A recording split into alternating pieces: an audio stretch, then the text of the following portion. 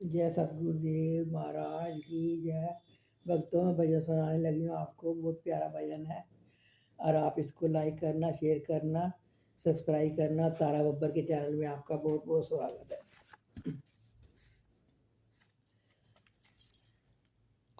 मैं सतसंग चली नी सहेलियों छड़ के करा दे चमेले। मैं सतगुर चली नी, मैं सतसंग चली नी, मैं सतसंग चली नी सहेलियों छड़ के करा दे चमेले। मैं सतसंग चली नी सहेलियों छड़ के करा दे धंधे।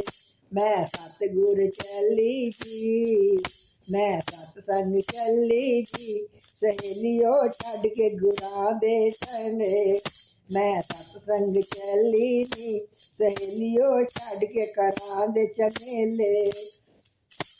करा दे कम कदी नहीं हो मुकने, करा दे कम कदी नहीं मुकने, करा दे कम कदी नहीं मुकने, करा दे कम कदी नहीं मुकने। मैं सतसंग चली नी सहेलियों छड़ के कर दे छेड़े।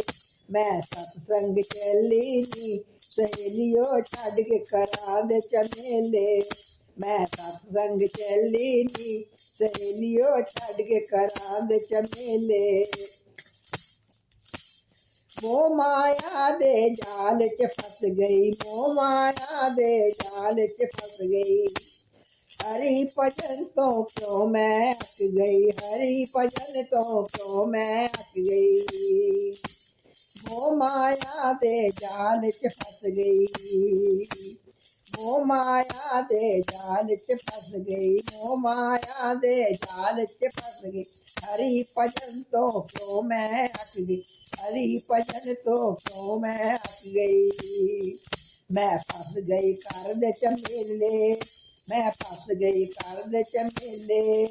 मैं सत्संग चली नी सहेलियों छड़ के करा दे चमेले। मैं सत्संग चली नी सहेलियों छड़ के करा दे चमेले। सत्संग चली नी सहेलियों छड़ के करा दे चमेले। मैं सत्संग चली नी सहेलियों छड़ के करा दे चमेले। मैं सत्संग चली नी सहेलियों छड़ के करा दे चमेले। गुरु चरना विच गंगा वगदी, गुरु चरना विच गंगा वगदी, गुरु चरना विच गंगा वगदी, गुरु चरना विच गंगा वगदी। मैं फस गई करा दे चेले, गुरु चरना विच गंगा वगदी, गुरु चरना दे गंगा वगदी।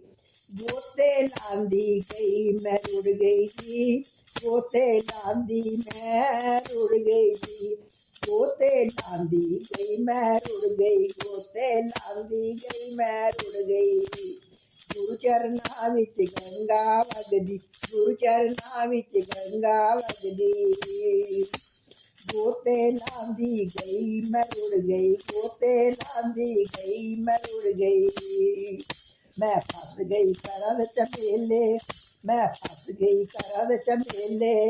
मैं सत्संग चली नी, मैं सत्संग चली नी, मैं सत्संग चली नी, मैं सत्संग चली नी सहेलियों छड़ के करा दे चमेले। मैं सत्संग चली नी सहेलियों छड़ के करा दे चमेले।